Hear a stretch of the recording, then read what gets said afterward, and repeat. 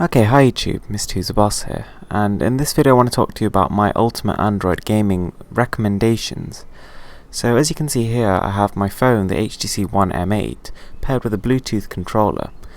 Now this controller is the iPega gamepad, and is more of an entry-level sort of piece of kit. I mean, it's not high-end by any means, but it's justifiable by the price point, which is about $18. So let's just take a quick look at the device itself. So the iPega gamepad is very light. It's built out of fully plastic, so I mean it's not exactly metal, but at the same time that means it is lightweight. It has a micro USB charging port and some pretty comfortable controls. I mean the buttons are generally quite clicky and responsive, and they've got a nice bit of tactility and sort of leeway to them. I really don't like the start and select buttons because they're quite squishy. They're a bit like the really old Nintendo consoles, and the joysticks don't pop out, so they're quite bit tricky to move, but you do get used to it after a bit.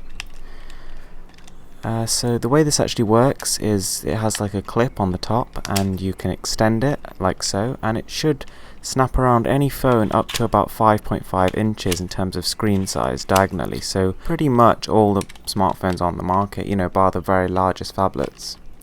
So here is the device with my HTC One M8 installed, and as you can see it fits around quite snugly and it really doesn't feel like it's going to fall out. So the way to set it up is you go into your Bluetooth, you turn it on, and then on the actual gamepad you have to configure it in a certain way. I mean the instruction manual is really bad with this, it doesn't explain it at all. But you basically hold X and click the home button, and then it will become available to pair via Bluetooth.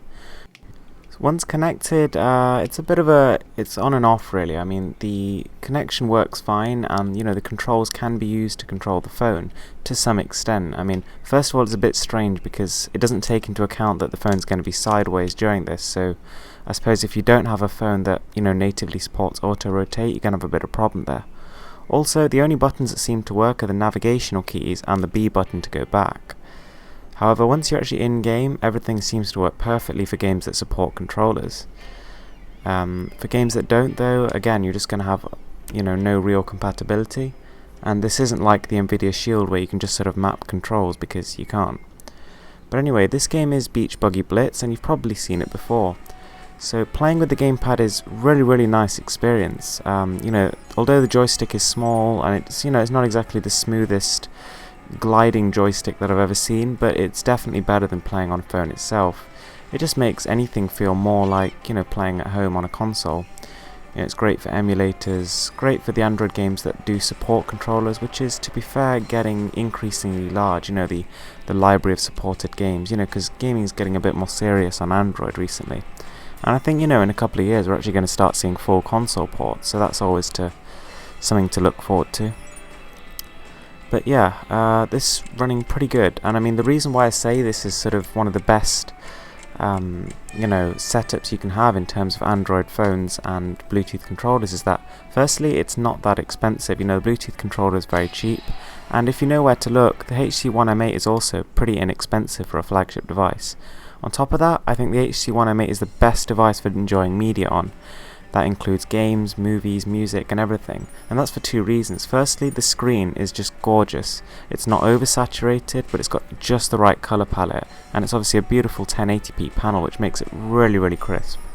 On top of that, it has these awesome boom sound speakers, which, they are way above any other competition. On top of that, if you download a music sort of app where you can fiddle with the equalizer, you can make it sound even better. There's even actually a module which you can install if you're rooted, which actually lets you have the full Harman Kardon sound package, which makes it even better. So yeah, that's pretty much it from me, guys. If you've got any questions, just leave them in the comments below and I'll see what I can do. Thanks for watching, I hope you liked this video, and please subscribe for more.